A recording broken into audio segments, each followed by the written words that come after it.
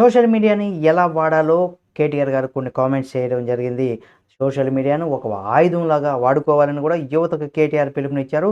కాంగ్రెస్ ప్రభుత్వం ఏ అసమర్థ పని చేసినా సరే వీడియో గాని, ఫోటో గాని తీసి వాట్సాప్‌లో, సోషల్ మీడియాలో పెట్టాలని కూడా ఆయన తెలియజేశారు. అయితే గ్రామాల నుంచి కూడా పట్టణాల వరకు రాష్ట్ర ప్రభుత్వంలో జరిగేటువంటి అక్రమాలు ప్రతి ఒక్కరు కూడా ఎత్తి చూపాలంటూ కూడా ఇక్కడ కేటీఆర్ అందరికీ పిలుపునిచ్చారు.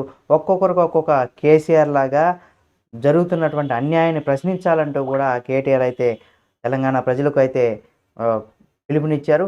మరి నిజంగా ఆ విధంగా తెలంగాణ ప్రభుత్వం పైన ఇప్పుడు రేవంత్ రెడ్డి గారి ప్రభుత్వం పైన నిజంగా సోషల్ మీడియాని ఒక ఆయుధంలా వాడుకొని ఆ రకంగా ప్రశ్నిస్తారా?